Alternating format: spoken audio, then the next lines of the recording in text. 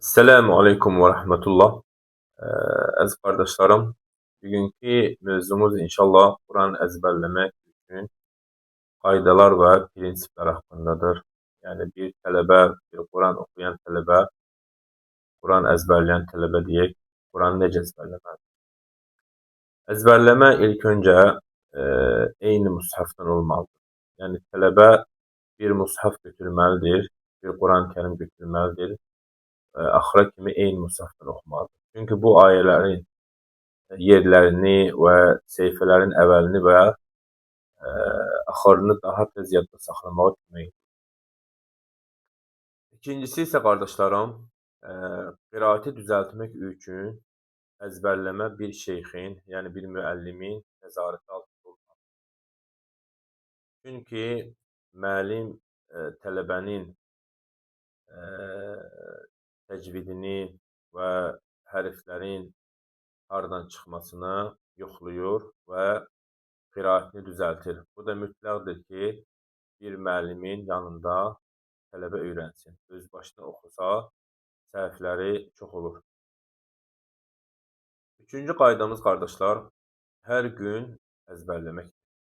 Yəni fasilə verməmək, çünki fasilə həvəsi və yaddaşı zəiflədir. Dördüncü qaydamız qardaşlarım, əzbərləmənin əsası təkrardır.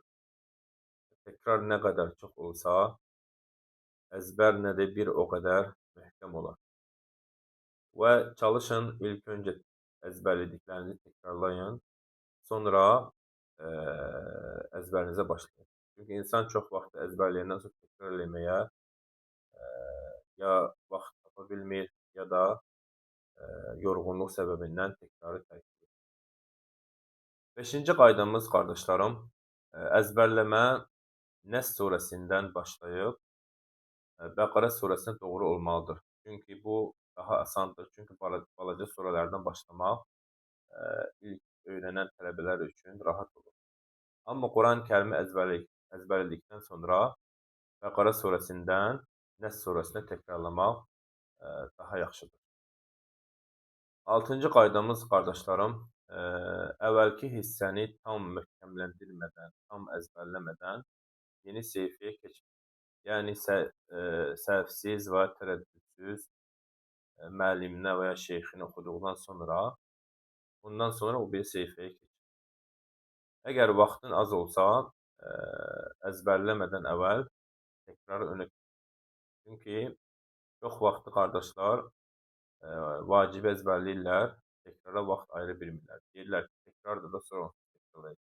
Əsas əzbərliyim deyirlər. Bu isə yanlış bir qaydadır. Çünki qardaşlarım, təkrar mühümdür. Yəni Quran-Kərimi əzbərləmək rahatdır, onu yadda saxlamaq nədir? Yeddinci qayda qardaşlarım, Quran-Kərimi əzbərləyən kəs ilk 2 ildə öyrəndiklərinin qarışdığını hiss edə bilər. Bu da nədir qardaşlarım? Təbii bir haldır. Hər bir insanda olur Quran əzbərləyən hafizlərdə. Buna toplama məsələsi deyirlər və ya toplama mərhələsi deyir alimlərimiz. Yəni əzbərin qarışmasına və ya səhvlərinin artmasına görə kədərlənmə. Bu çətin bir imtahan məsələsidir qardaşlarım. Şeytan bundan istifadə edib səni Quran-Kərim əzbərləməkdən və təkrardan uzaqlaşdırmaz.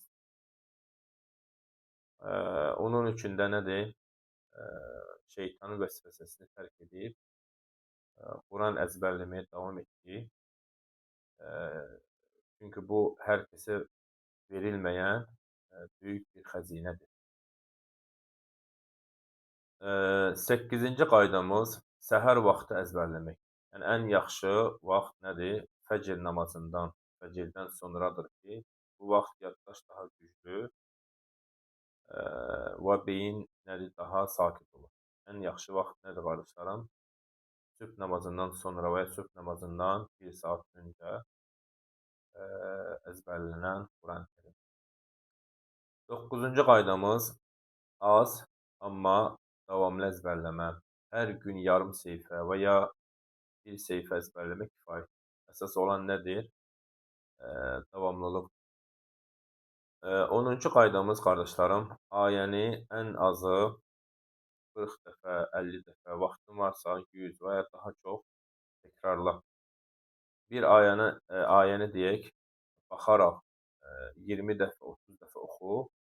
Sonra mushafı bağlayıb əzbərdən danış özünə.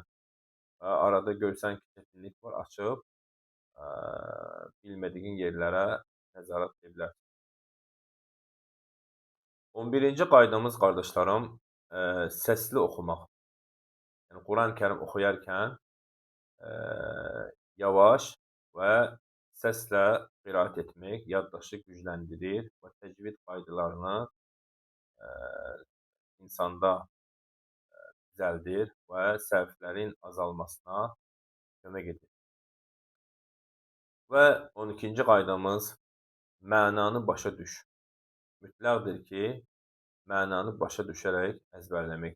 Ayələrin mənasını qısa şəkildə öyrənmək yadda saxlamağı çox asanlaşdırır.